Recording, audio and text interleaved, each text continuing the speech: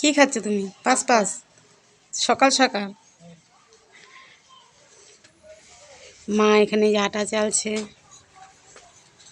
Good morning বন্ধুরা, ভাইবোন সুমা চ্যানেলে তোমাদের সবাইকে স্বাগত।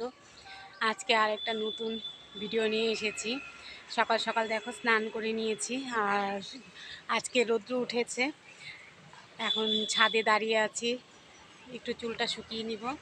আর তোজোকে স্কুলে পাঠিয়ে দিয়েছি, তোজো স্কুলে চলে গেছে। আজকে তোজোর হলো কালকে পরীক্ষা শেষ হয়ে গেছে, আজকে হাতের কাজ একটা হলো মানে কিছু বানিয়ে নিয়ে যেতে হবে। স্যাররা বলেছিল তোজো হলো হাতের একটা জিনিস মানে যে কোনো জিনিস একটা বানিয়ে নিয়ে গিয়েছে।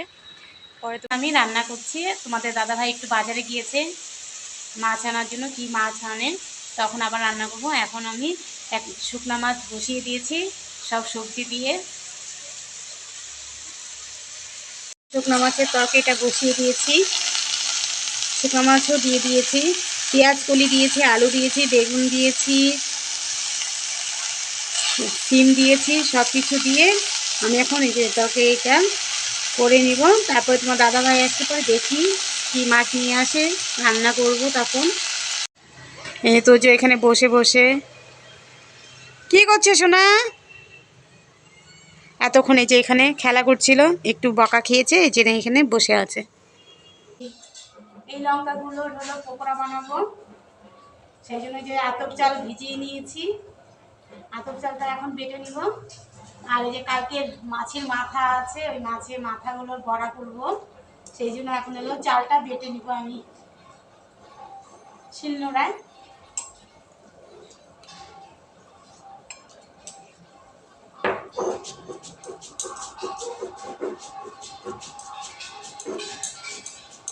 তোমাদের দাদাভাই ওই মাছ নিয়ে এসেছে, বাটা মাছ অনেকগুলোই নিয়ে এসেছে।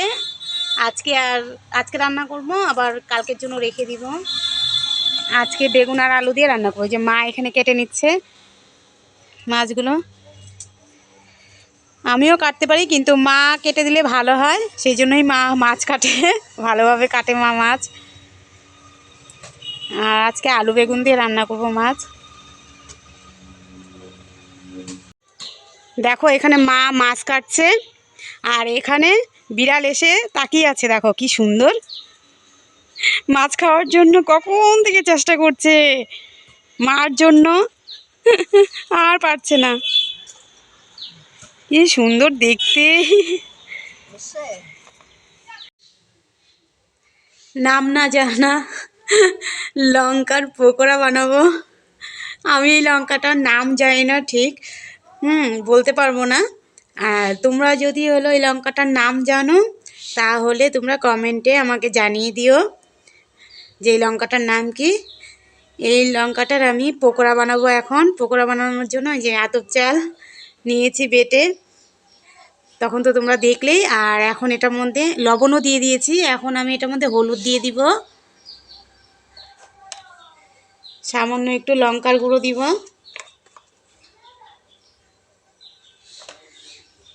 এটার মধ্যে একটু সাদা তেল দিয়ে দিব।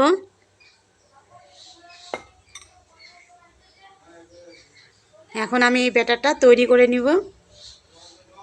আমি এখন এই যে মাছগুলো হলুদ আর লবণ দিয়ে মেখে রেখেছি। এখন আমি কড়াই গরম হয়ে গিয়েছে, তেলও দিয়ে দিয়েছি, তেলও গরম হয়ে গিয়েছে আমার। এখন আমি মাছগুলো ভেজে নিব এক এক করে।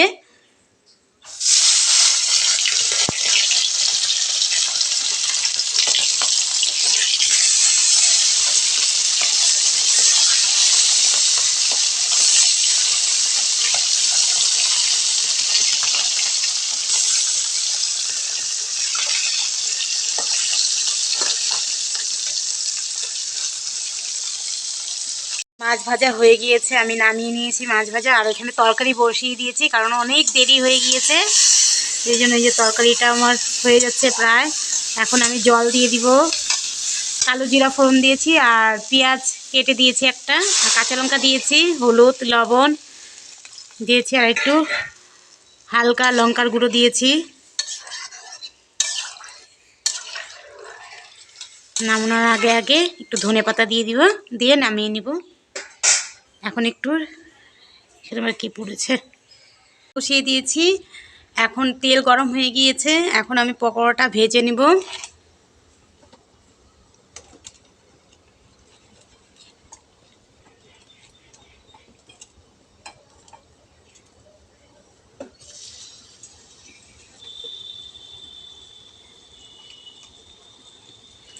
আর এইখানে এই কড়াইয়ের মধ্যে ওই যে মাছের ঝোলটা জাল দিয়ে নিচ্ছি।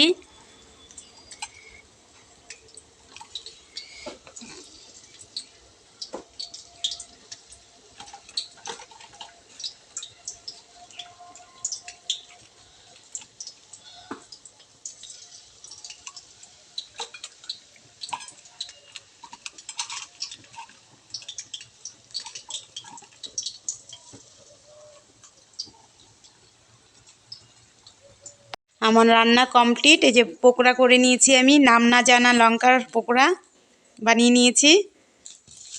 আর এখানে যে মাছের মাথার হলো বড়া করেছি। আর এখানে যে শুকনো মাছের একটা চচ্চড়ির মতো করেছি সব কিছু দিয়ে। আর এখানে যে বাটা মাছের তরকারি করেছি আলু আর বেগুন দিয়ে ধনেপাতা ছিটিয়ে। আর এখানে তো ভাত আছে, আর সকালে একটু আলু ভাজা করেছিলাম, আলু ভাজা আছে। আমাদের সবার খাওয়া দাওয়া হয়ে গিয়েছে। এখন আমি ছাদে আছি, কারণ ছাদে আমি কাপড় দিয়েছি, নাইটি টাইটি এইগুলো সব নিয়ে যাব। আর ওর ঠাম্মি, তারপরে ওর মানে ওর বাবি আর হলো তোজো এখন ঘুমাচ্ছে। আমি এখন ছাদ থেকে কাপড় নিয়ে যাব।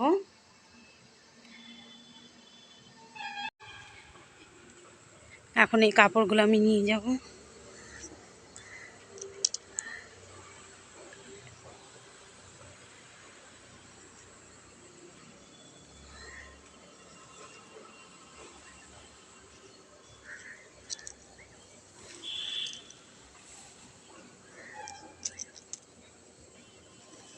কাপড়গুলো ভালো করে শুকাইনি।